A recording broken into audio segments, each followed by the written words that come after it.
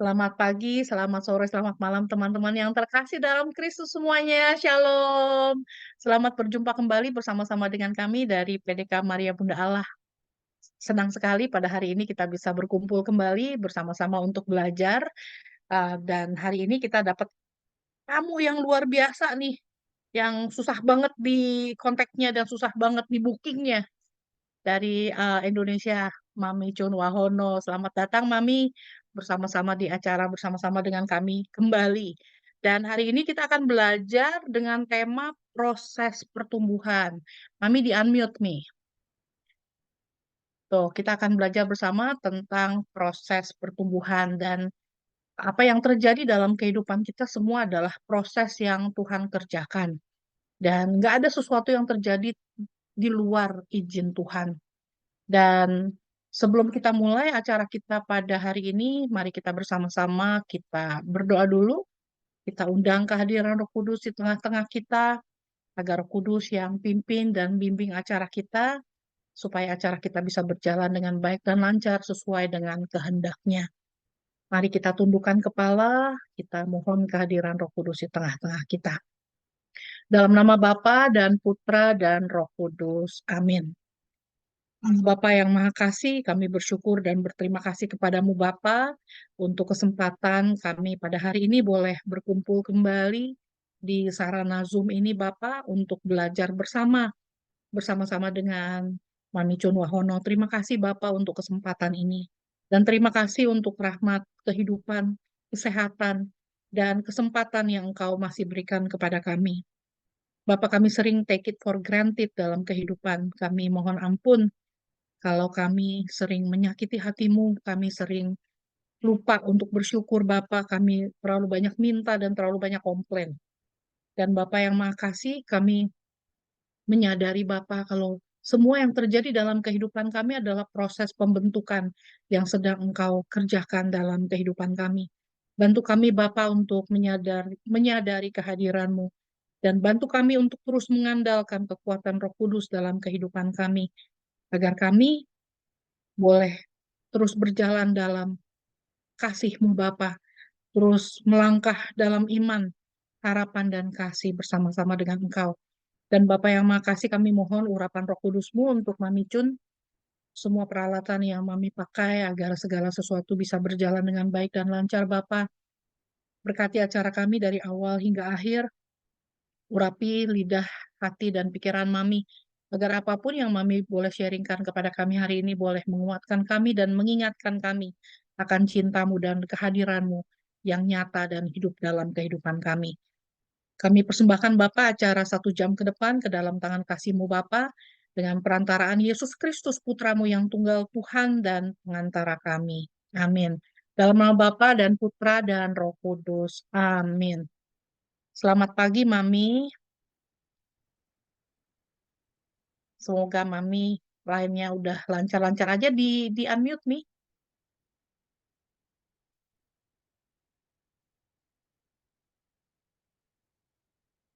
Udah.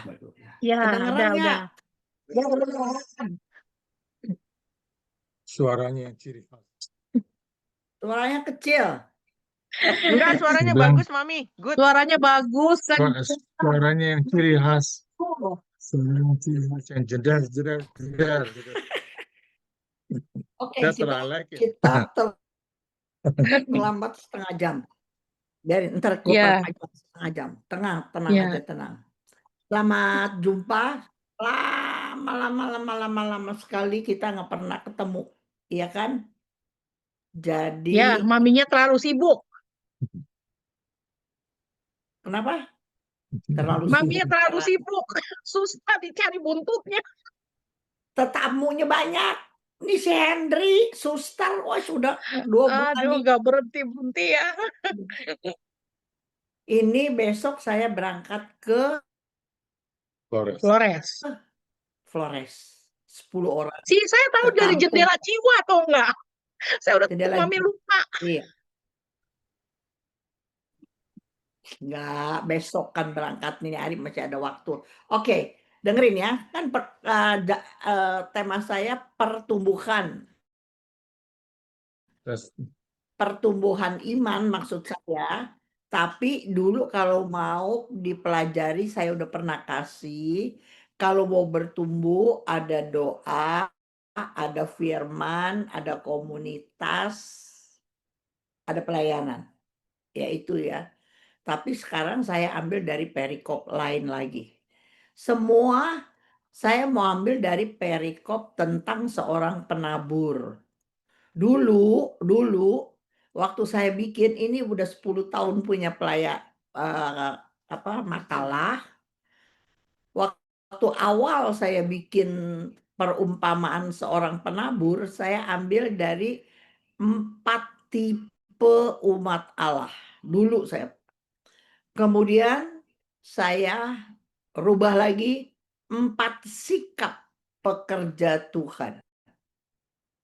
Hari ini dengan makin banyaknya saya dapat, maka ini bisa juga proses perjalanan hidup atau pertumbuhan iman orang yang mengasihi Tuhan. Saya bisa kasih jadi sebagai 4 lahan, firmannya di pinggir jalan, terus di kena semak duri, kegencet, sampai yang tanah yang subur. Tapi hari ini saya mau bagi juga bahwa inilah proses pertumbuhan. Jadi di awal-awal kan saya mesti baca lagi apa udah tahu semua nih perikop nih. Nggak usah lagi dibaca ya. Udah terus Baca aja, nggak Mi. Liana? Terus aja nggak apa-apa. Perikopnya baru Iya, kemarin beberapa lebih hari yang lalu di Firman untuk Tuhan. iya hari Minggu punya bacaan karena aku punya ide itu hari Minggu punya bacaan, iya kan? Kalau kita ambil dari udah nggak usah dibaca dah, udah ngerti tema ini. Pokoknya benih itu adalah firman. Itu adanya di Lukas 8 ayat 11. Benih itu firman, Ratna. Ingat ya, benih itu firman. Dan seperti kita tahu bahwa kita ini menurut perjanjian baru, kita ini adalah pohon buah. Itu selalu udah ada di pikiran kita. Kita adalah pohon buah dan dikasih benih. Jadi benih itu wajib tumbuh. Bertumbuh itu bukan tawaran, tapi bertumbuh itu adalah suatu kewajiban. Lahan yang Tuhan berikan kehidupan kita, maka ketika kita ditaburi oleh benih firman Tuhan, maka selayak sepantasnya bahwa benih itu harus tumbuh. Saya saya cerita satu perikop tentang pohon ara ada di lahan anggur. Ingat nggak tuh? Di mana tuh? Nanti Riana cari sendiri ya. Itu bisa satu perikop sendiri itu. Bahwa namanya pohon anggur, maka harus lahannya spesial. Bagus segala itu pohon anggur. Di tengah-tengahnya ada pohon ara. Yesus pakai perumpamaan itu bahwa 3 tahun Yesus cari buah di pohon ara, tapi nggak ketemu. Yesus bilang, tebang. Kenapa? Orang pohon anggur aja berbuah, masa pohon ara seperti kayak pohon kelapa lah gitu. Kalau dia bisa tumbuh di mana-mana, tumbuh di pinggir laut aja dia tumbuh. Jadi di situ kelihatan jelas bahwa kita wajib berbuah. Jadi dengerin ya teman, Anda dan saya itu wajib, saya udah pernah kasih di Budak Kudus. Coba lihat tahun 24 kalau nggak salah aku kasih. Bisa diulang lagi itu bahwa karena dia pohon buah, kita wajib bertumbuh. Maka ketika 3 tahun Yesus tidak menemukan buah kepada pohon ara, tebang. Kita udah berapa tahun ikut Tuhan? Kita udah berapa tahun belajar firman? Mana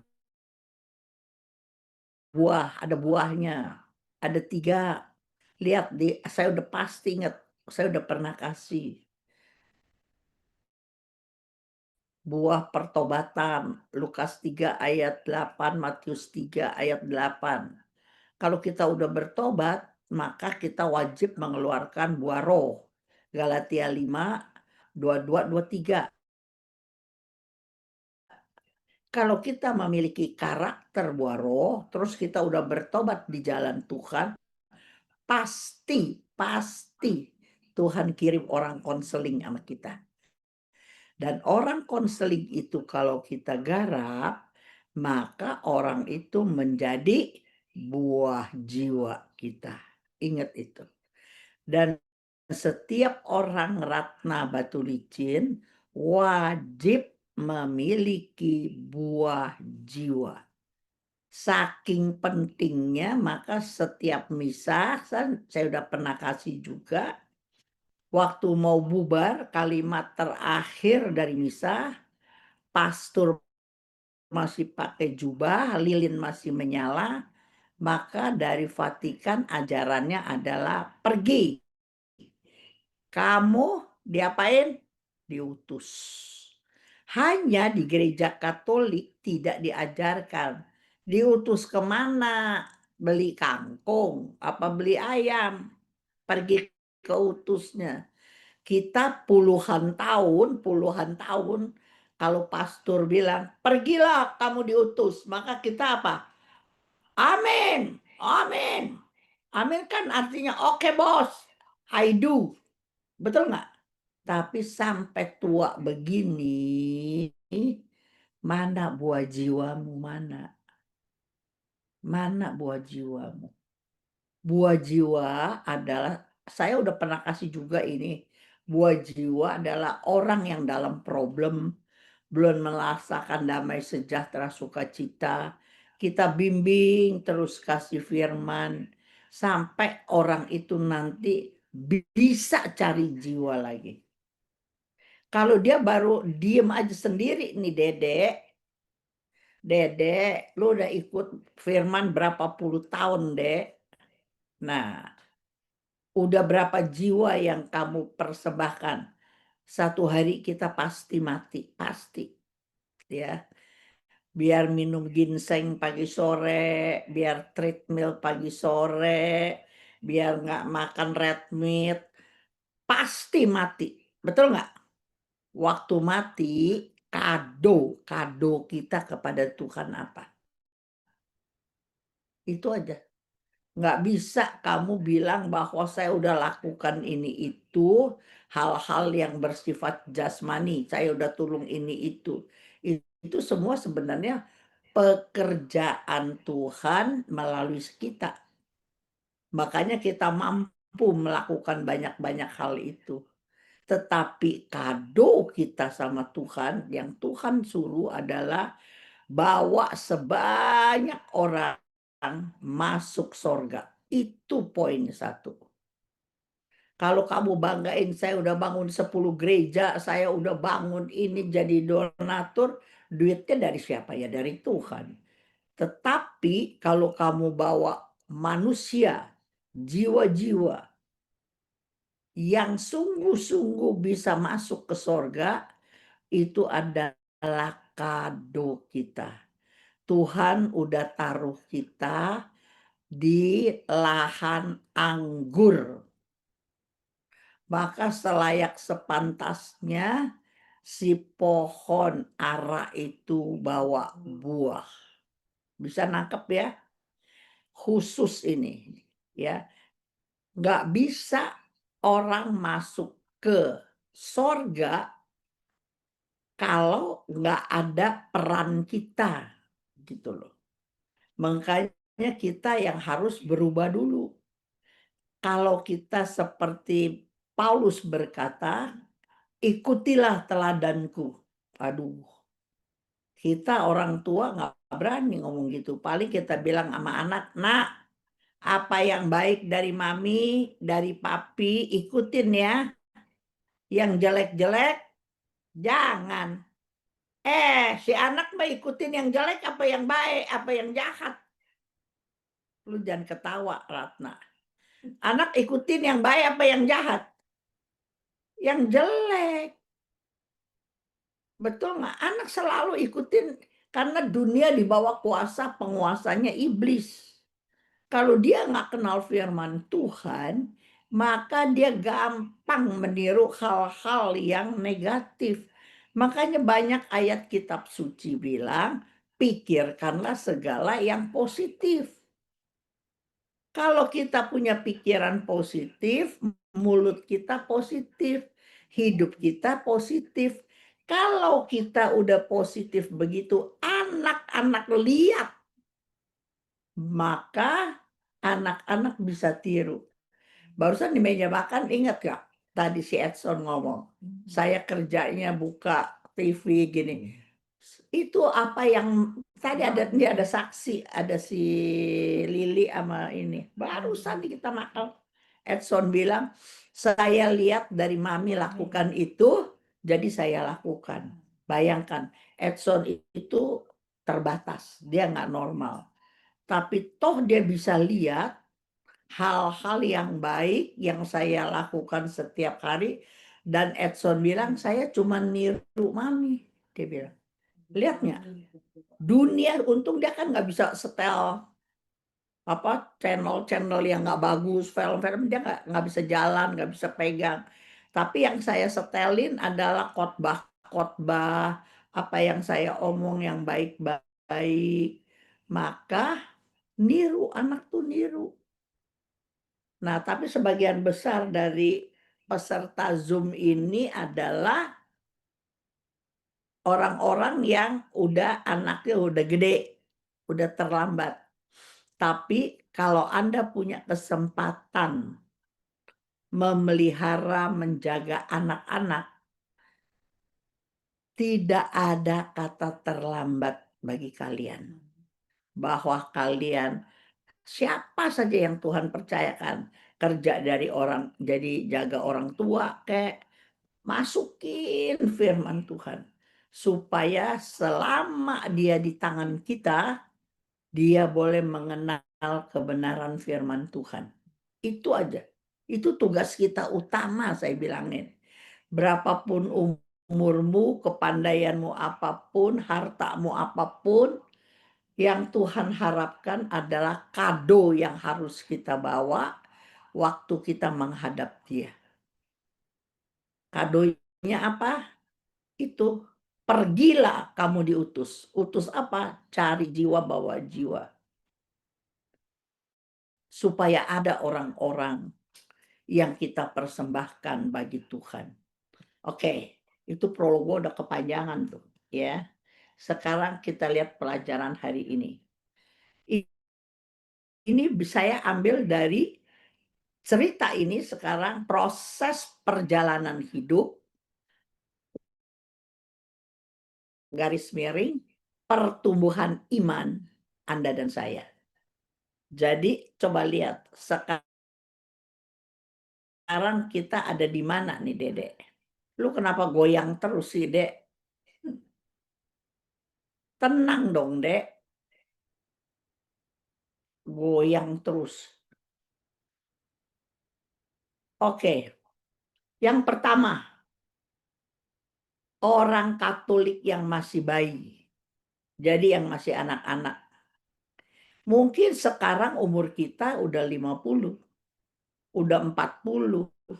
Tapi nggak apa-apa. Tahap pertama adalah kita masih bayi, masih anak-anak. Jadi tubuh jasmani kita 50, 60, tapi tubuh rohani kita masih bayi gitu. Nanti catat ya. Nanti setelah selesai pelajaran, recheck diri kamu. Kamu masih di kelas yang mana? Saya bacain aja Lukas 8 ayat 5. adalah seorang penabur keluar untuk menaburkan benihnya. Pada waktu ia menabur, sebagian benih itu jatuh di pinggir jalan, diinjak orang, burung di udara makan sampai habis. Kalau kita baca ayat 12-nya, 5 sama penjelasannya ada di ayat 12. Ayat 12 bilang begini, yang jatuh di pinggir jalan itu ialah orang yang telah mendengarnya. Ini awal-awal kita dengar firman. Orang yang telah mendengarnya, kemudian datanglah iblis, bayangkan. Lalu ambil firman itu dalam hati kita, supaya kita jangan percaya dan diselamatkan. Itu kata ayat.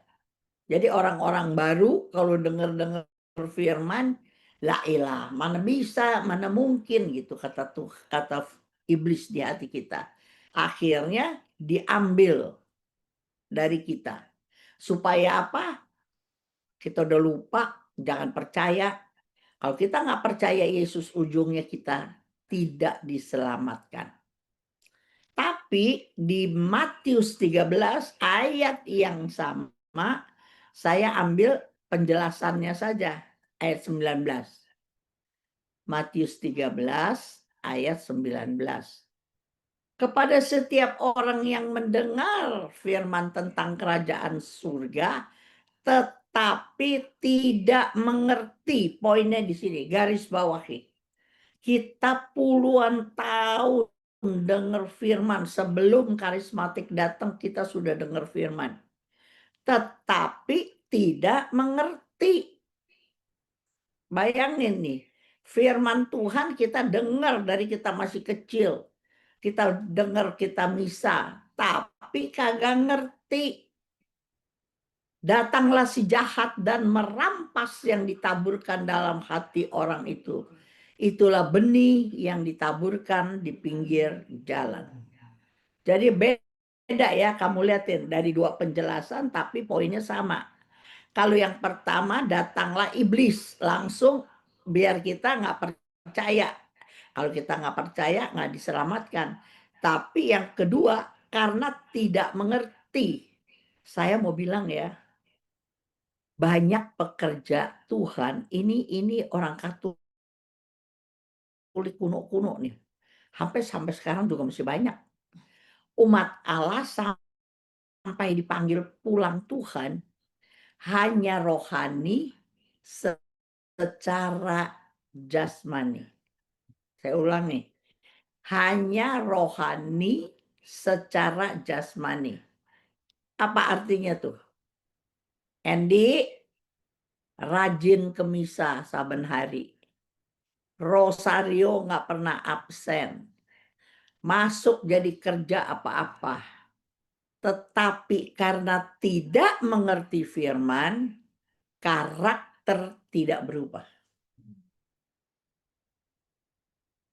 Jadi kamu lihat banyak sekali orang-orang Katolik, pekerja, masuk di dewan paroki, umurnya udah 60, 70 mungkin sekarang, tapi menghambat orang datang kepada Yesus.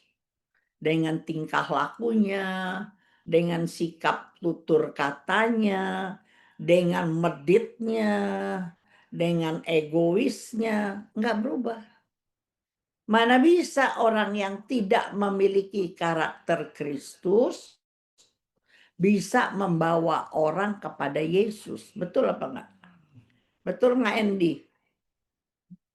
Walaupun aktif di gereja, walaupun misa benhari, tapi kalau memiliki karakter atau sikap hidup yang tidak menampilkan Yesus, mampu nggak orang itu membawa banyak orang kepada Yesus?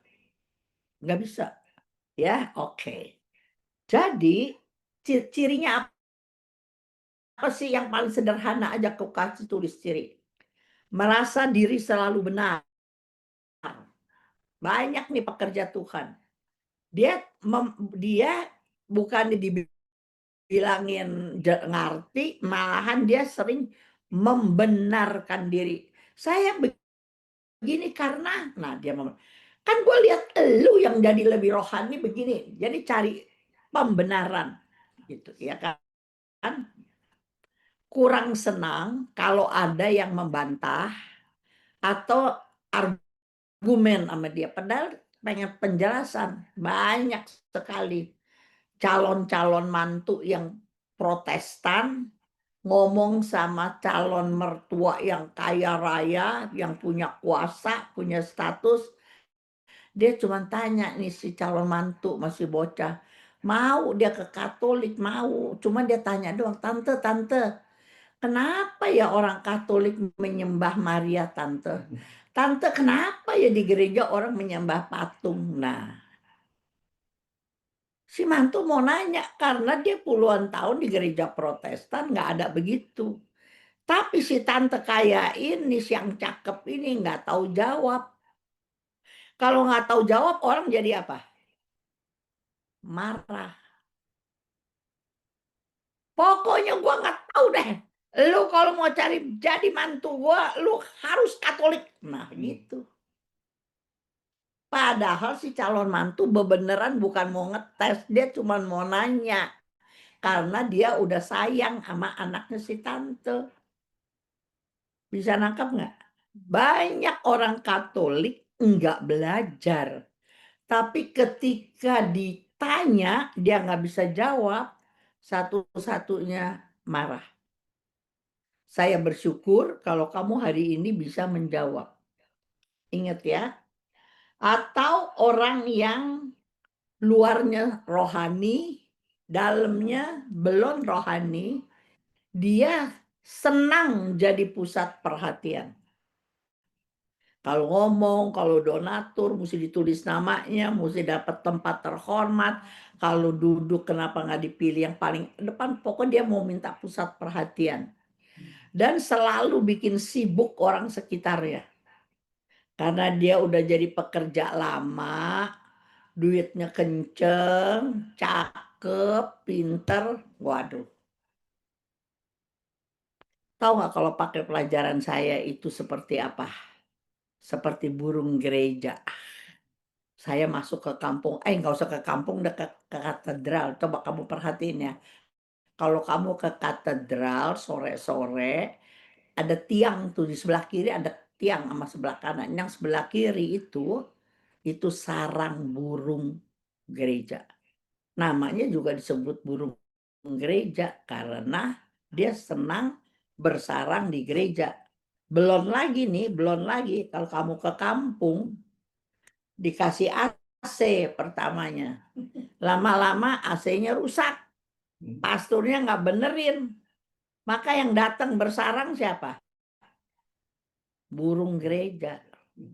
Saya udah ke kampung kemana-mana. AC yang rusak, burung gereja dibawanya banyak teleknya, tau nggak gitu? Telek burung. Di mana-mana boleh cek di NTT gitu. Orang yang begitu cuman burung gereja. Kotor-kotorin gereja. Banyak komplainnya sama pastor. Pastor, ini kenapa becek? Besok anak saya mau kawin, ini uruk dong pastor sama batu. Pastor, besok anak saya selayarnya panjang, ini dipel dong pastor. Suruh koster gini. Ribut aja. Keluarin duit nggak? Enggak. Pastor bilang sama gue begini nih. Cun, udah cerewetnya setengah mati. Dia tancap tuh pakai listrik. Dia bakal bikin video. Sejam Cun, dia listrik tuh, sono listrik dinyalain pakai video. Dia persembahannya cuma 200. 500 bayar listriknya juga udah nggak cukup kata pastor. Nah itu burung gereja tuh. Tahu nggak? Bukannya bilang, ini benerin, nih kasih duit. Saya udah pakai listrik ini. Nih saya kasih persembahan untuk pastor. Kalau orang susah, nggak banyak komplain. Dikasih apa, nurut aja. Benar nggak? Tapi kalau dia punya duit, dia nuntut ini itu. Tapi nggak seimbang apa yang dia kasih untuk rumah Tuhan. Itu namanya, kalau saya punya pelajaran, burung gereja. Penuh-penuhin gereja, tetapi tidak menjadi berkat di gereja. Itu ya. Nah, saya mau kasih ayatnya 23. Ini tahu keburu apa enggak nih? 1 Kor 3, 1-3. 1 Kor 3, 1-3. Dan aku pada waktu aku bicara dengan kamu seperti dengan manusia rohani. Seperti lo ya. Coba saya tanya, batu licin. Dan akunya siapa? Dedek. Dan aku pada waktu itu tidak dapat berbicara dengan kamu. Kamunya siapa? Rasul Paulus bukan? Paulus omong sama siapa? Dedek, ini kan di Korintus yang pada Korintus dong. umat Ya. Korintus, Dek. Aduh, amat. Jadi ingetin, Korintus itu kota gede kayak Roma. Kota perdagangan, duit berputar. Dan nggak orang bodoh-bodoh, bukan kayak Makedonia. Dia ini Korintus kota besar. Dia omong, kan orang pintar punya duit, kerja. Kata Paulus, pada waktu itu aku nggak bisa bicara kamu seperti manusia rohani. Sebab orang Korintus kalau ada Paulus datang kumpul. Kelihatannya rohani, kelihatannya. Aku tidak dapat berbicara dengan kamu seperti kepada manusia rohani. Seharusnya bisa ngomong seperti manusia rohani. Tetapi hanya dengan manusia dewas, manusia duniawi yang belum dewasa dalam Kristus. Dengerin ya, tubuh jasmaninya sudah dewasa. Tapi ingat kan tubuh ada 2, ingat gak pelajaran awal saya? Tapi tubuh rohaninya belum dewasa dalam Kristus. Jadi teman-teman, saya sangat berharap kalian rajin-rajin dengar PA sama Riana. Jangan sampai tubuh jasmaninya kelihatannya umat yang udah lama, tetapi kamu tidak bertumbuh. Ingat ya, bahwa benih adalah firman yang wajib bertumbuh. Maka kata Korintus, susu yang kuberikan kepadamu bukan makanan keras, sebab kamu belum dapat menerimanya. Sekarang pun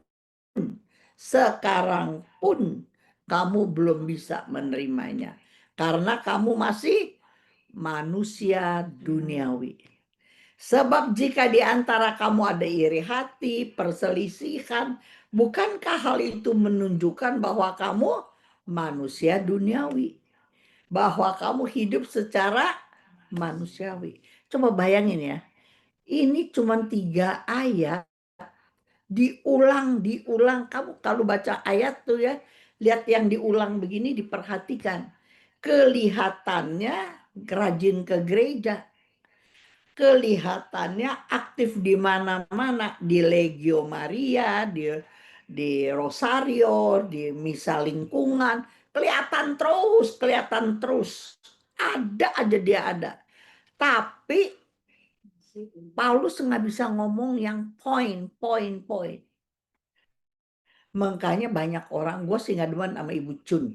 Bukannya semua senang sama saya loh.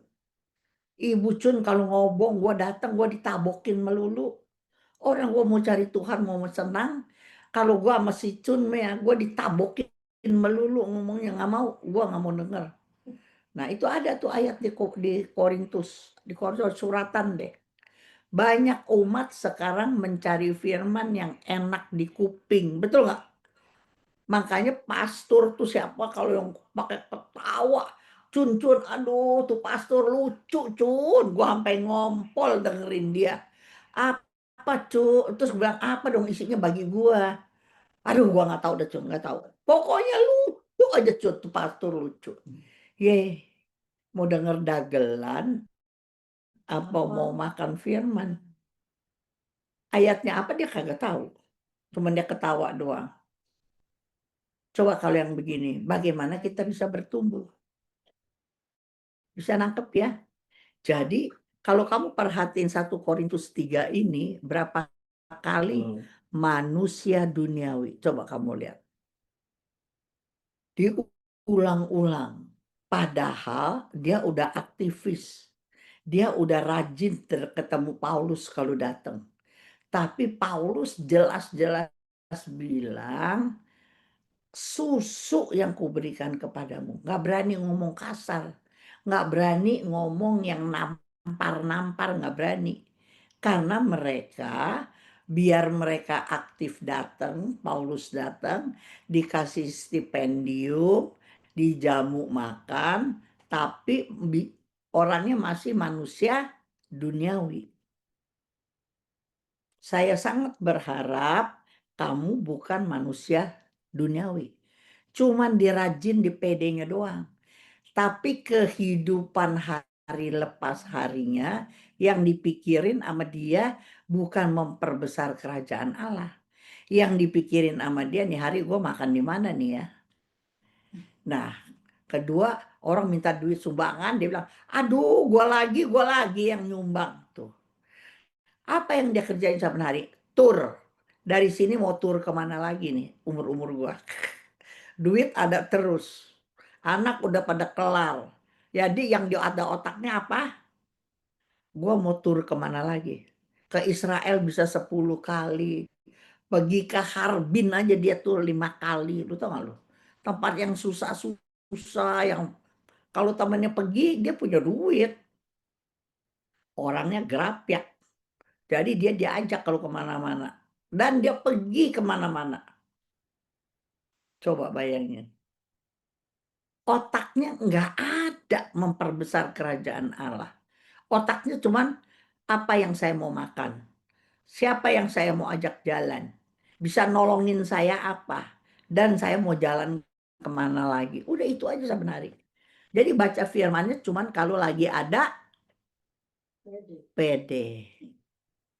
Kamu Ani nggak begitu kan Ani? Hah? Iya kan? Feni, Mika, Siska kenapa pada tutup kamera sih? Oke. Ibrani 5, 13, 14. Ibrani 5, 13, 14. Riana yang baca. Ibrani 15, 13, 14.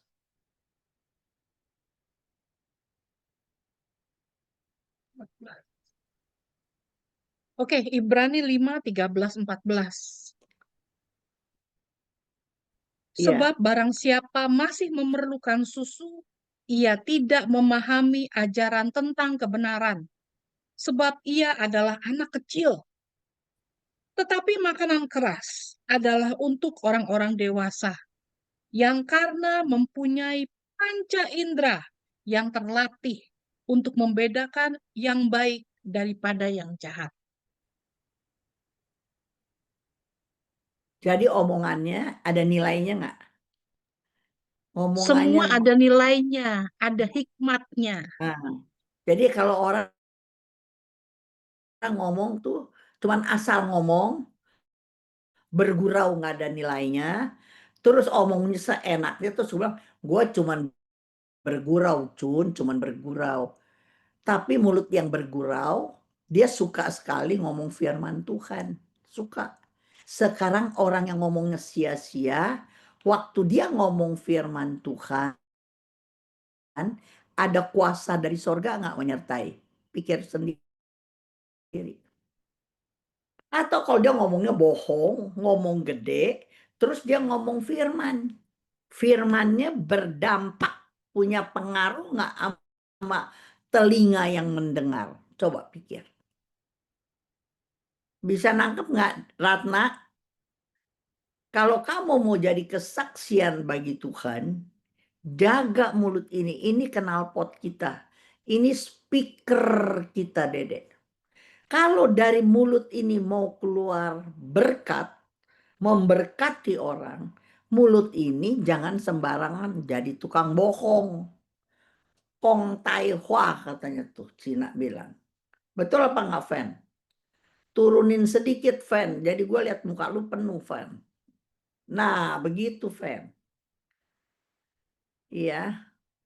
Jadi ketika kita mau bersaksi untuk kebesaran Tuhan, kita harus jaga mulut kita apa enggak. Pikir sendiri gitu, ya. Sebab saya bisa lihat orang ini rohani apa enggak rohani dari perkataan yang keluar dari mulut dia. Betul nggak, Feni? Lagian kalau kamu terlalu banyak bergurau, bercanda-bercanda, lama-lama orang jadi kurang menghargai kita nggak, coba? Orang jadi gampangin kita. Betul nggak, Ani? Kalau dikit-dikit kamu bercanda, ngomong, apalagi kalau kamu suka hobi kayak aku masih muda tuh. Dulu kalau kita masih muda, masih 20-an tahun, kalau ke pesta, kan ngomong yang paling enak rada-rada porno sedikit kan. Kepeleset-kepeleset yang porno. Seru, terus kita ketawa, betul nggak? Nah, mulut yang begitu, kalau sekarang ngomongin firman, ada kuasa nggak? Pikir sendiri. Gitu. Ya. Oke. Jadi siapa yang masih memerlukan susu, ia tidak akan memahami ajaran tentang kebenaran karena dia masih anak kecil. Maka kita mesti kasih makanan keras. Coba sekarang konkret. Ayo dari berapa orang nih? 24 orang. Terakhir nanti Riana yang ngomong. Fanny, makanan keras apa? Sabut 1-2 kata doang. Ayo apa? Ratna Berbagi. Batu Licin. Cepat-cepat makanan keras. Berbagi. Hah? Berbagi, betul. Firman Tuhan kita harus hidup berbagi. Tapi orang yang terikat dengan sesuatu susah berbagi. Betul ya? Tulis. Itu namanya melepaskan hak atau keterikatan. Terikat sekali sama tenis. Kalau ada hal-hal, ada pengajaran bagus, pas di hari tenisnya aku undang teman saya. Aduh Cun, kenapa sih lu adain acara pas gua tenis? Gua bilang, lu tenisnya seminggu 3 kali. Sebulan berapa kali? Ini ada pembicara bagus, cuma lu korbankan sekali. Lu kan 12 kali, let's say 10 kali seminggu. Lu korbankan 1 dengar firman. Susah sekali orang yang udah terikat. Benar nggak begitu? Ya kan? Entah golf, entah tenis, entah apa kek. Nggak bisa berkorban sedikit pun untuk Tuhan gitu loh. Atau mana bisa Cun, gua kan lagi praktek. Lu kan ini masih 2 bulan. Lu bikin jadwal dong supaya tanggal itu save the date. Lu jangan bikin janji. Bakal Tuhan mesti bisa kan? Nggak bisa Cun, gua kalau hari praktek nggak bisa. Ya, jadi artinya apa? Memang hatinya tidak ada di firman, gitu aja. Kan orang nggak bisa dipaksa, orang kayak kita. Mana kita suruh paksa? Dipaksa juga dia dengar firman, otaknya kemana, tahu ngelayap bengong melulu. Mana bisa, ya. Apalagi melepaskan hak ini beda ya sama yang keempat nih. Merampok uang Allah. Tulis. Yang kedua, karena udah keluar tadi 1, hidup berbagi. Kita harus hidup berbagi ini tadi ya. Hidup berbagi artinya apa? Kalau punya mobil, dia mau pergi ke persekutuan ya jemputlah yang tempat kita lewatin. Kalau kita masak, ntar ada persekutuan ya masaknya lebihan lah, ntar makan berbagi. Kalau ntar kita punya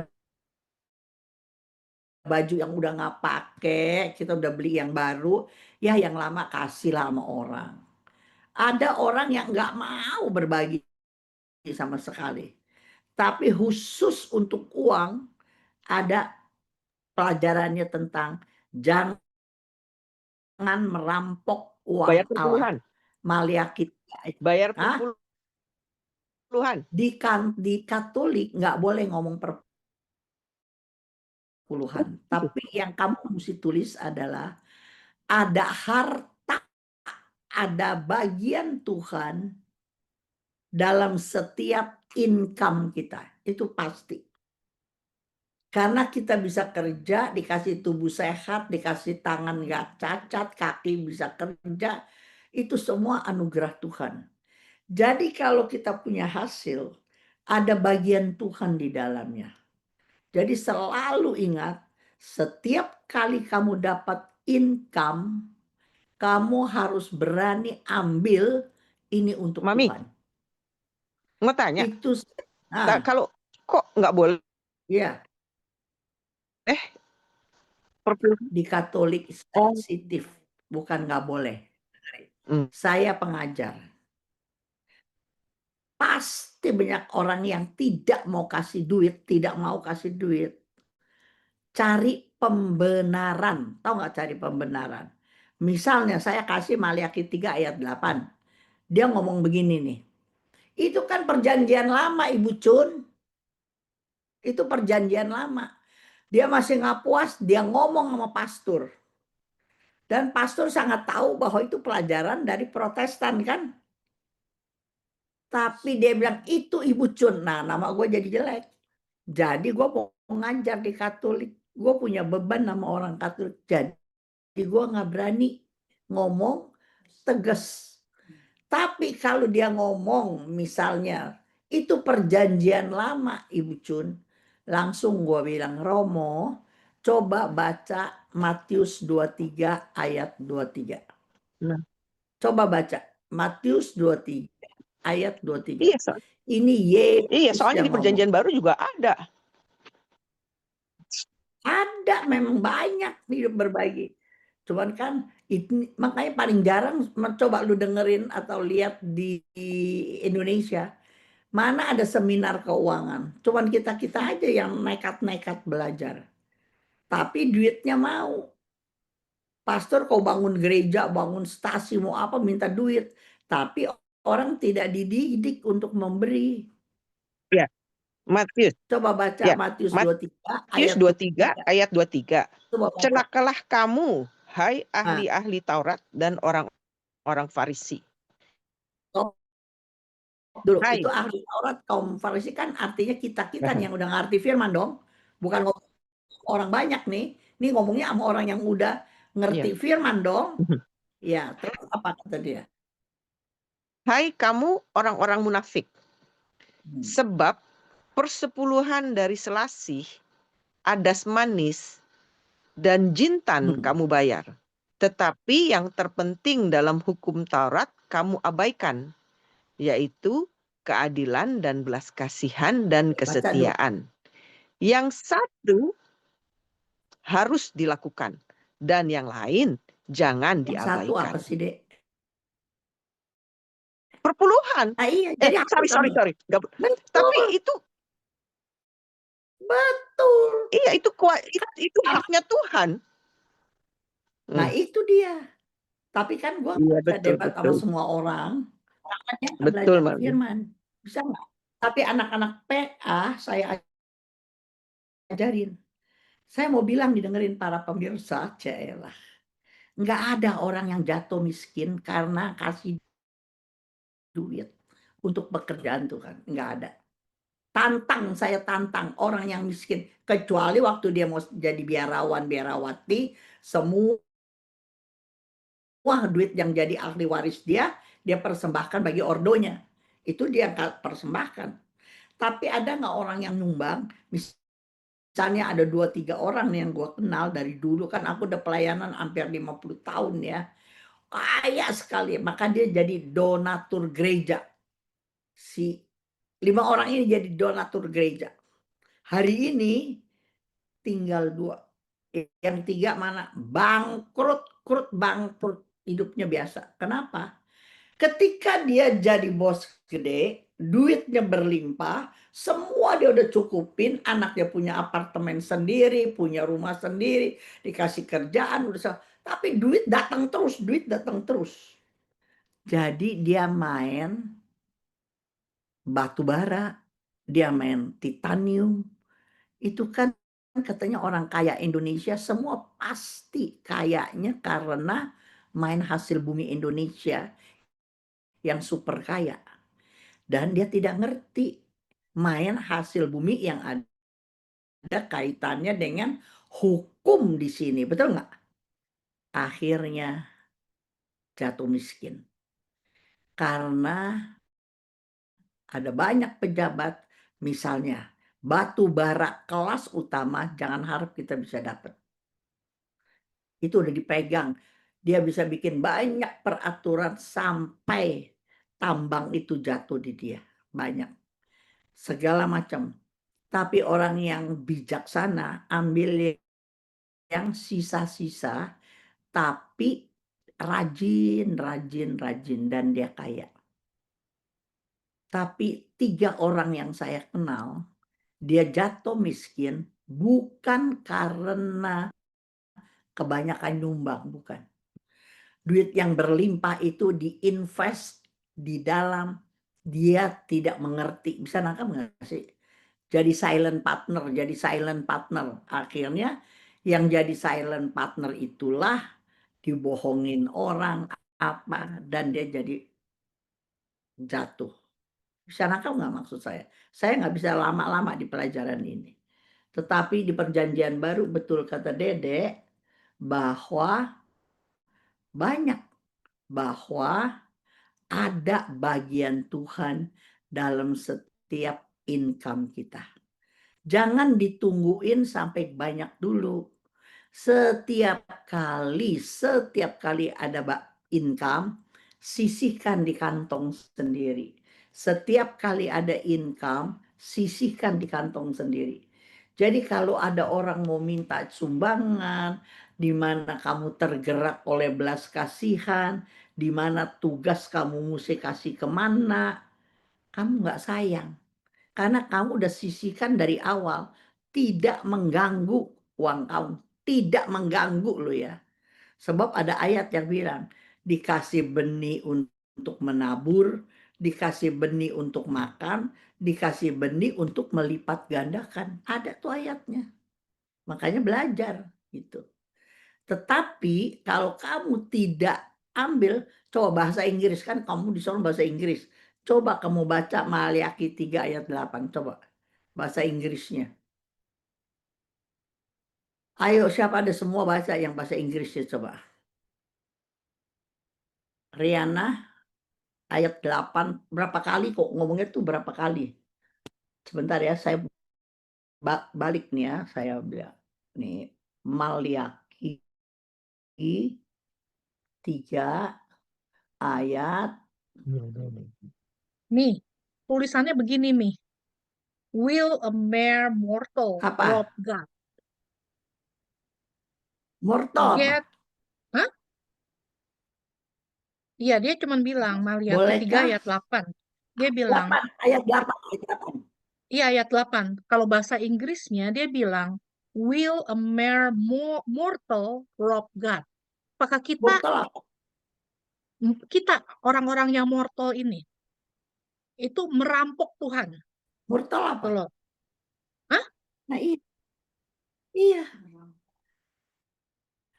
Rob, kalau bahasa Inggris yang sederhana, masakan kita ngerampok Iya, merampok Tuhan. Tuhan. Namun kamu merampok, tapi kamu masih tanya lagi, bagaimana aku rampok Tuhan? Persembahan perpuluhan dan persembahan khusus. Kamu udah kena kutuk, tapi masih ngerampok gua. Gitu.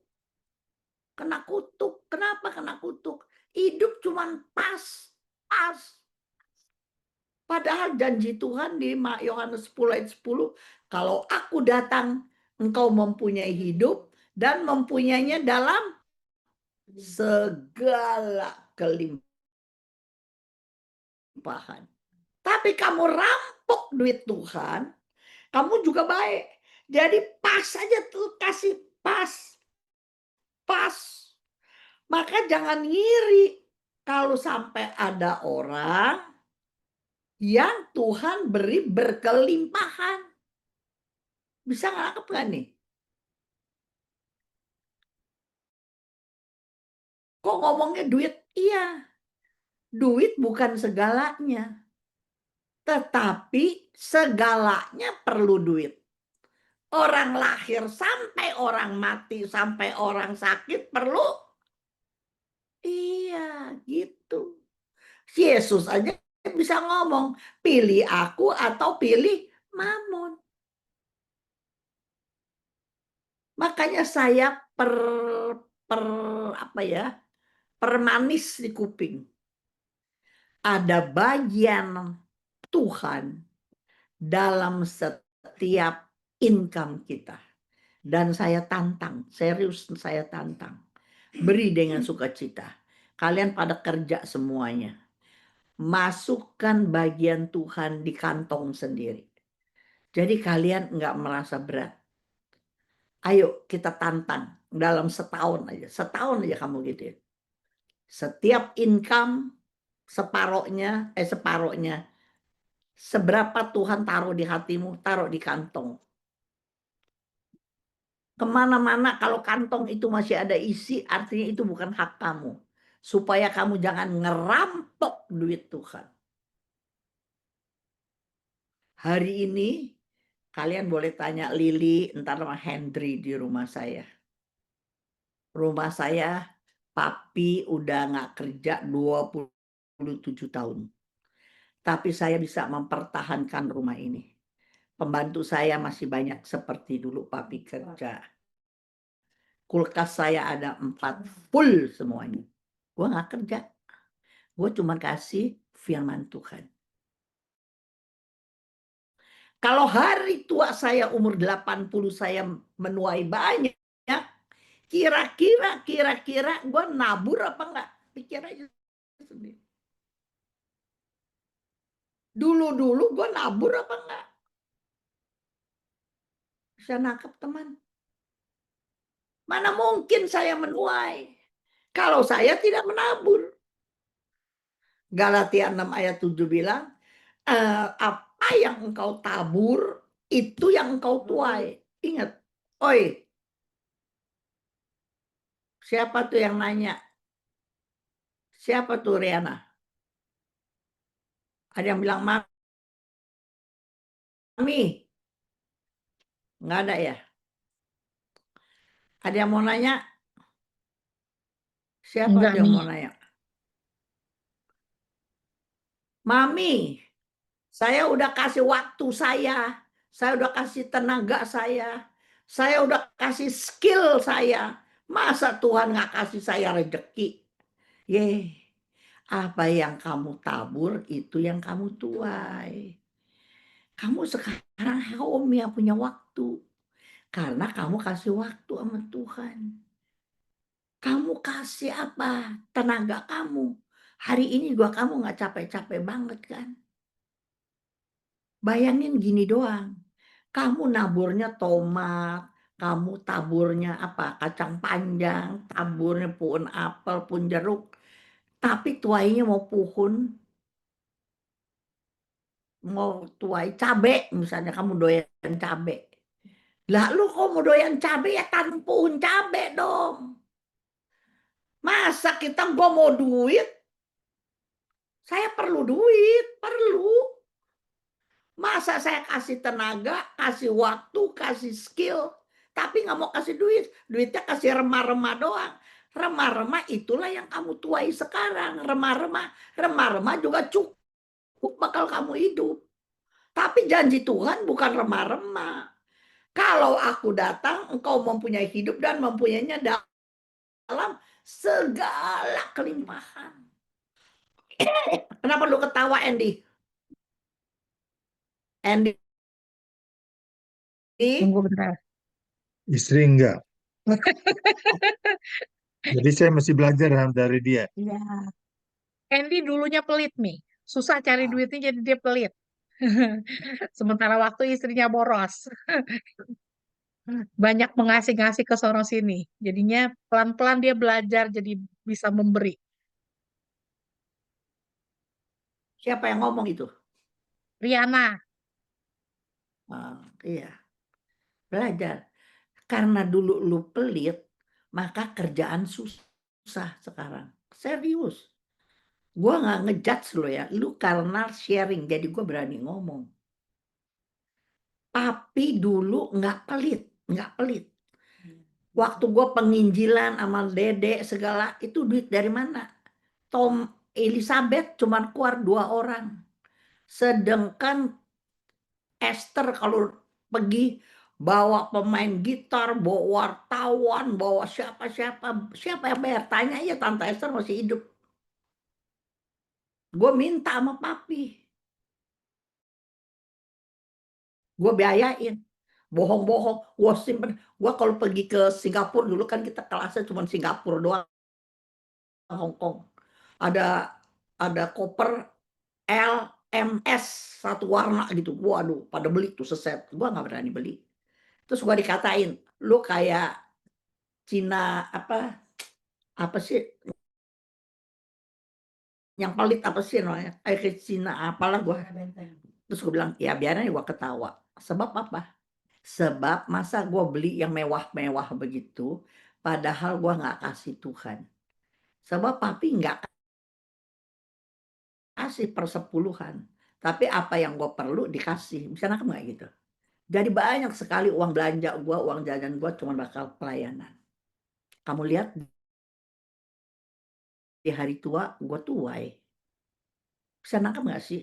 Firman katanya gini, langit bumi boleh berlalu, perkataan Tuhan tetap selama-lamanya. Maka sekarang kalau saya berani di hari pernah minta apa-apa sama Tuhan, tapi apa yang gue omongin, apa Tuhan kasih solusi sampai hari tua ini. Tak ada yang kurang dari saya, tidak ada yang kurang. Bisa nangkep?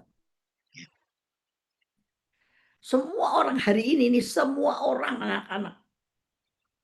Mami, saya tuanya mau kayak mami. Mami, saya tuanya ikutin gua masa muda. Gitu.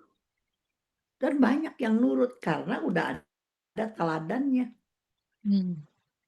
Nggak ada yang susah-susah. Besok saya pergi 10 orang. Saya nggak keluar duit 1 sen pun. Ada aja. Saya dibayarin sama komunitas tiket saya. Tapi yang lain-lain gua nggak tahu deh siapa yang bayarin. Mami nggak usah. Mau pergi ada apa nih, ada conference nanti 10 bulan 10 gala. Gue nggak pernah tahu apa-apa. Semua diurus. Bisa nangkap. Jadi makanan keras itu salah satu adalah jangan terikat. Belajar. Jangan merampok uang Allah. Bahasa Inggris lebih jelas. Bahasa Indonesia jangan menipu. Tapi bahasa Inggrisnya yang memper sama bahasa aslinya, jangan ngerampok duit Tuhan. Bisa ngerampok ya. Ya Rob. Apalagi yang penting, makanan keras yang sampai hari ini masih laku. Makanan keras adalah pengampunan. Tulis. Banyak orang sakit hati. Bukan sama orang luar. Sakit hatinya sama pasangan, sama mertua, sama anak, sama mantu, sama saudara. Betul nggak Anastasia?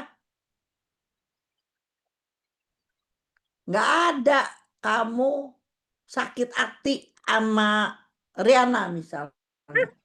Orang nggak deket, nggak pernah ketemu, mana bisa sakit hati. Anastasia sakit hati sama Dede, mana bisa, nggak pernah berhubungan. Kalaupun Dede ngomong kasar, kalaupun Riana ngomong kasar, kamu nggak sakit hati. Karena apa? Ih, orang jauh, ketemunya sekali-sekali. No one can hurt us like the one we love. Orang Ya. yang dulu saya cintai, saya sayang, saya sekolahin, saya danain, saya kasih dia segala-gala. Aduh, kok sekarang di hari tua tega ya dia gitu. Tega ya. Nah, sakit hati dulu. Itu pun nggak perlu Feni sakit hati.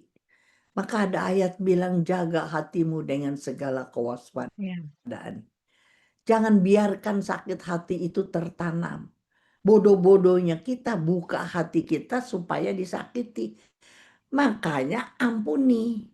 Kalau kamu ampuni, kamu nggak taruh peristiwa atau perkataan itu tertanam di hati kamu. Kamu yang buka pintu, perkataan itu, sikap itu kamu masukin. Jadi kamu luka, hati kamu luka.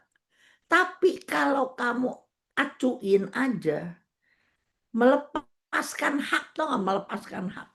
Kok tega-teganya anak yang gua gedein kok begitu, tega-teganya. Mindset kita, anak itu adalah titipan Tuhan. Jangan andalkan anak, kamu kecewa nanti. Pasangan aja nggak bisa diandalkan. Pasangan aja yang kita percaya, yang kita andalkan, nggak bisa kita andalkan. Andalkan hanya Tuhan. Maka Allah yang menepati janji datang kepada Tuhan dengan segenap hati. Amin. Yeremia 17 ayat 5 sampai 8 itu baca sendiri. 17 ayat 5 sampai 8. Ya ilah, ini baru satu, bagaimana nih? 2 jam, Mami, 2 jam. Ini udah sejam loh. Ini udah sejam belum? Gak apa-apa Mi, nanti dilanjutkan tanggal 1 Agustus Mi, jangan lupa. Enggak, gua mau tambahin lagi. Yang kedua, gua mau kedua. Oke. Orang Katolik yang murtad. Sebagian jatuh di tanah yang berbatu-batu, dan setelah tumbuh, ia menjadi kering karena tidak mendapat air. Ayat 13, penjelasannya ayat 13. Yang di tanah yang berbatu-batu ialah orang-orang yang mendengar firman itu dan menerimanya dengan gembira, tetapi mereka tidak berakar. Mereka percaya sebentar saja dan dalam masa pencobaan mereka murtad. Iya, dengar firman, dengar, ikut lo, bagus lu, dia dengar firman bagus lu. Aduh, firmannya bagus, tapi nggak ada aftercare-nya. Baca firman, dengar firman, buka kitab suci hanya di persekutuan, hanya di meeting, prayer meeting. Hanya dengar di gereja sekali-sekali. Tetapi nggak ada aftercare-nya. Maka dia terima firman dengan gembira. Tapi nggak berakar. Karena nggak ada aftercare. Jadi dia percaya oke. Tapi dalam masa pencobaan, dalam masa penderitaan, mereka murtad. Nggak percaya lagi janji Tuhan.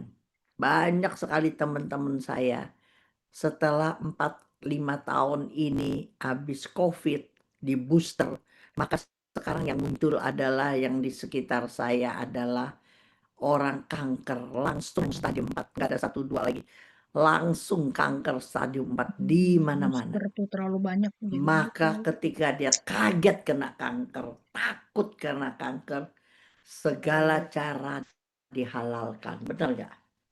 Ya. Nggak boleh dia tetap pergi karena orang mau hidup begitu. Ya, orang itu jadi murtad. Ekonomi lagi nggak bagus, seluruh dunia nggak bagus, termasuk di Jakarta. Yang kaya makin kaya, yang miskin makin miskin. Supaya laku usahanya, dia pergi ke orang-orang pintar, cari-cari pelaris. Dia tahu itu salah, tapi dia membenarkan diri. Kalau saya tutup usaha ini, berapa banyak yang andalkan perusahaan ini. Kalau saya nanti laku juga, saya nggak makan sendiri, saya makan rame-rame. Anda lihat? Ketika coba baca lagi, ini dari Matius 13, saya senang dengan 2 Lukas 8 yang isinya sama Matius 13. Coba Ratna baca lagi Matius 13 ayat 20-21. Yang ditaburkan di tanah yang berbatu-batu, artinya orang mendengar firman itu dan segera menerimanya dengan gembira. Namun ia tidak berakar dan tahan sebentar saja. Apabila datang penindasan atau penganiayaan karena firman itu, orang itu pun segera murtad. Beda yang tadi. Dan tadi di Lukas 8:13 dalam masa pencobaan. Di sini apabila datang penindasan atau penganiayaan karena firman itu. Umur udah 42. Belum dapat jodoh, ini cewek belum dapat jodoh. Udah ikut segala macam. Tetapi kenal firman Tuhan. Aktivis jadi singer jadi apa. Umur 42 ada cowok bilang I love you. Tapi agamanya lain. Tapi sono lebih kaya, cakep lagi. Gimana tuh? Udah nggak apa-apalah. Tuhan sama, semua sama.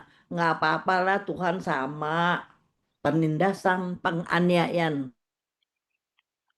Kalau mau ikut saya, kamu mesti satu agama sama saya. Udah dia baca ke sono. Anda lihat? Karena apa? Karena firman tidak jatuh di tanah yang baik. Ketika penganiayaan, penindasan, pencobaan datang, penderitaan melanda hidupnya, maka orang itu segera murtad. Coba ini bagus sekali. 2 Petrus 2 ayat 20-22. Otak 20. Sebab jika mereka oleh pengenalan mereka akan Tuhan dan Juru Selamat kita Yesus Kristus telah melepaskan diri dari kecemaran dunia, tetapi terlibat lagi di dalamnya, maka akhirnya keadaan mereka lebih buruk daripada yang semula. Karena itu, jadi kan dulu nggak kenal firman. Setelah kenal firman, terus naksir sama pasangan ada di komunitas itu. Nah, dia ikutin, ya kan? Jadi rajin. Nah, waktu dia rajin, pacarnya itu putus. Jadi dia udah nggak ke situ lagi. Udah balik lagi. Tukang minum lagi, ngeganja lagi. Maka akhirnya keadaannya makin jelek apa makin baik? Makin jelek. Karena itu, terusin Okta. Karena itu bagi mereka adalah lebih baik jika mereka tidak mengenal jalan kebenaran daripada mengenalnya. Tetapi kemudian berbalik dari perintah kudus yang telah disampaikan kepada mereka. Terus? Bagi mereka cocok apa yang dikatakan peribahasa yang benar ini. Anjing kembali lagi ke muntahnya dan babi yang mandi kembali lagi ke kubangannya. Saya kan sering ke Keva di Timur. Di sono orang bukan piara anjing doang, piara babi, babi. Jadi ada yang lucu-lucu babi, kalau baru yang sebulan tuh lucu-lucu. Ada yang putih belang-belang, terus diambil sama teman saya satu. Jadi dibawa ke kamar di ruang tamu, dicuci, dibersihin, mandi. Dia siram sama minyak wangi dia sedikit, cerut. Babinya wangi, jadi dipelok-pelok sama dia, lucu. Dia melek. Ngobrol, makan nih babi yang udah bersih, yang udah wangi, kemana lagi Okta? Keluar. Ke kubangan nih, kubangan. Nyemplung lagi, tahu gitu. Jadi jangan kita begitu. Udah dibersihin, udah wangi-wangi, udah dipelok-pelok, meleng aja sedikit, ke kubangan lagi. Heran dia, kita ngomong apa jadi ayat ada, lu tau gak lu? Nah, ini Galatia 4 ayat 9. Ayo baca lagi. Fanny, baca bisa nggak Fanny? Galatia 4 ayat 9. Itu. Ayo, Ratna Karena- jawab. Ya. Dong, Karena- Ratna. Karena Waktu. dunia itu menawarkan yang indah-indah. Karena No, terus yang lain. cepat Nih, sama Tuhan nggak dapat hasilnya. apa? Karena sama Tuhan itu lambat hasilnya, jadi dia mau cari yang cepat. Iya, bisa juga. Jawaban yang ada di otak saya, Nggak sabar. kenapa dia begitu? Anastasia, ayo dong. Ada dua Anastasia. Ini tadi yang jawab saya, Ratna benar. Kenapa sesudah Rika berbalik lagi kepada roh dunia yang lemah? Sebab apa yang dia didapatkan dari Tuhan nggak sembuh-sembuh. Rezeki nggak datang-datang. Bisa nangkep ya, dia keluar. Tetapi yang paling benar adalah karena mereka belum tertanam di firman. Kalau mereka tertanam di firman, apapun datang, tetap andalan saya firman. Jadi Riana boleh tambahin begini Riana. Orang jatuh karena badainya terlalu berat, Mami. Badainya berat sekali sampai dia akhirnya nyerah gitu. Saya bilang tidak. Dengar Ratna. Itu fondasinya enggak kuat. Kalau fondasi kamu kayak pohon korma di Yerusalem, yang dia waktu tumbuh ditekan sama batu, dia terjalin akarnya satu sama lain, maka topan datang kayak apa, maka pohon korma tetap tegak. Betul. Apalagi kita bukan pohon korma. Yesus berjanji sama kita, pencobaan tidak akan melebihi kekuatan. Tidak mungkin Tuhan kasih pencobaan melebihi kekuatan. Betul. Tetapi belum juga lama. Tetapi karena rapuhnya dasar tempat kita beriman. Bisa nangkep? Iya. Ratna? Jadi kenapa dia balik lagi kepada roh yang lemah dan miskin itu? Karena dia belum tertanam di dasar yang kuat, yaitu firman Tuhan. Maka ketika tawaran dan godaan dunia datang, mereka gampang sekali nyeleweng gitu.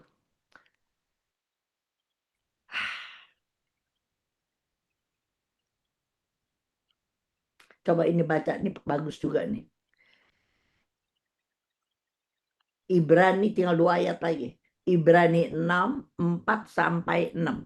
Ibrani 6 ayat 4 sampai 6. Coba baca. Riana. Ibrani 6 ayat 4 sampai 6. Sebab mereka yang pernah diterangi hatinya, yang pernah mengecap karunia surgawi, dan yang pernah mendapat bagian dalam Roh Kudus, dan yang mengecap firman yang baik dari Allah, dan karunia-karunia dunia yang akan datang. Namun, yang murtad lagi tidak mungkin diperbaharui sekali lagi demikian, sehingga mereka bertobat, sebab mereka menyalibkan lagi anak Allah bagi diri mereka dan menghinanya di muka umum.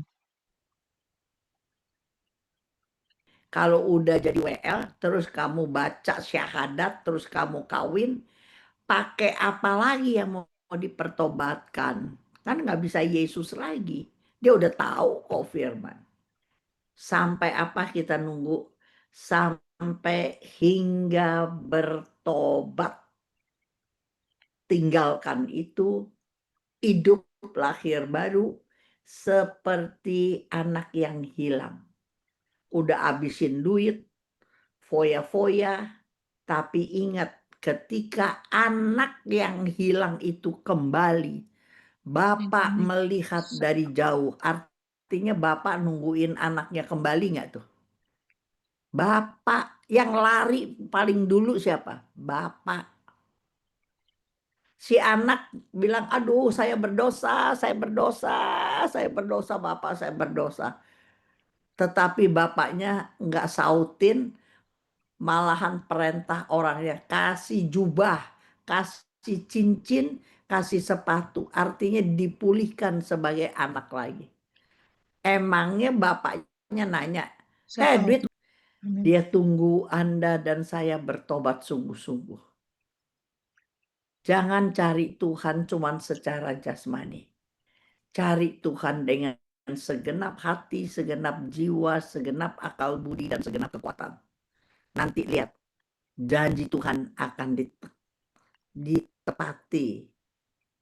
Dia Allah yang tidak pernah ingkar janji. Apa yang dia janjikan, pasti dia tepati. Ayat terakhir. Makanya sekarang ini, jangan sesat. Pergaulan yang buruk merusak kebiasaan yang baik. 1 Kor 15 ayat 33. Jadi kalau mau jadi teman baik, pilih-pilih. Jangan dia cuma kaya doang. Kalau dia kaya, kita numpang di mobilnya, kita ditraktir-traktir terus. Tetapi kamu jadinya nanti menghambakan diri sama dia tanpa kamu sadar. Ada jam persekutuan doa, ada jam rosario, ada jam misa. Tapi karena mau diajak ke kota, nanti mau ditraktir, jadi lebih penting itu. Tahu nggak? Kalau ditanya gini nih, kamu kenapa nggak datang PA kemarin? Aduh maaf deh Bu Cun, saya itu bosnya anak saya datang, minta anterin ke Mangga 2. Ya bilang dong setelah PA jam 12 bisa pergi lagi. Aduh saya nggak enak. Nah ujung-ujungnya apa tuh? Kalau pergi sama anak bos ditraktir makan, dia mau ke salon pasti dibeliin apa-apa. Bener tuh Yesus, pilih aku atau pilih mamon. Lama-lama dalam kehidupan ada banyak pilihan. Sebab musuh Tuhan tidak suka kamu melekat erat dengan Tuhan. Dia akan buat 1001 cara supaya kamu tidak hidup melekat kepada Tuhan. Betul nggak, Dek? Siapa bergaul dengan orang bijak menjadi bijak.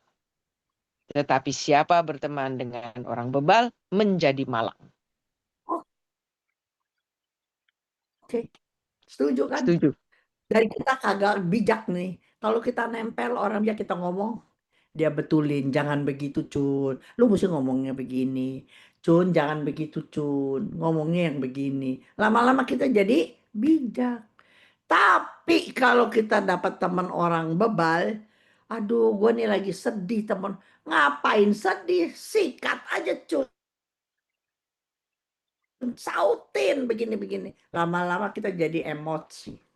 Betul nggak Anastasia? Makanya mesti cari orang bijak. Supaya kita dikatrol menjadi bijak. Oke? Ada pertanyaan? Kalau tidak ada pertanyaan nih sejam setengah. Serahkan Ariana. Oke, nanti aku ingetin Ya. lagi. Ya. Thank you, Mami. Ya, teman-teman, saya mau merangkum sedikit. Jadi dari pengajaran Mami sesi pertama ini adalah kita harus kasih prioritas dalam hidup. Tadi sebelum acara kita udah ngobrol-ngobrol dan kita lagi ngomong-ngomong tentang kesempatan. Hidup adalah kesempatan. Jadi Tuhan kasih kita kesempatan. Jadi karena Tuhan udah kasih kita kesempatan, kita harus kasih prioritas dalam hidup. Kita mau Amen. ikut Tuhan, kita mau kasih waktu untuk siapa, semua kita yang tentukan. Jadi kita harus dengan bijaksana menggunakan waktu-waktu kesempatan yang Tuhan berikan. Karena kesempatan mungkin besok nggak ada lagi. Jadi kalau mau kerjain sesuatu yang baik untuk Tuhan, kerjakan saat ini juga. Jangan tunggu besok. Jangan tunggu kita udah tua baru mau melayani. Jangan tunggu kita udah ada waktu baru kita mau bekerja untuk Tuhan. Jangan tunggu kita punya duit baru kita mau menyumbang. Jadi kita harus kasih yang terbaik untuk Tuhan pada saat kita punya kesempatan, saat kita ada keinginan, saat ada panggilan untuk berikan yang terbaik untuk Tuhan. Karena besok mungkin kita nggak ada waktu lagi. Jadi jangan ada penyesalan dalam hidup karena penyesalan datang terlambat. Dan itu nggak akan kembali. Jadi hidup tanpa penyesalan. Dan saya tahu Mami bisa sampai hari ini penuh sukacita, diajak sono ke sini karena betul apa yang Mami sudah tabur selama ini.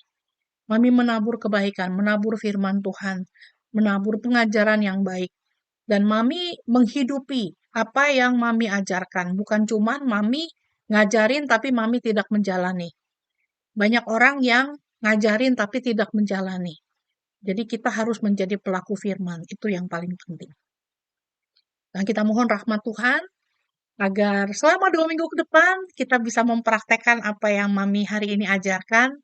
Dan kita bisa kembali pada sesi yang kedua nanti tanggal 1 Agustus waktu Indonesia atau 31 Juli waktu Amerika. Nanti saya akan kasih pengumumannya lagi. Dan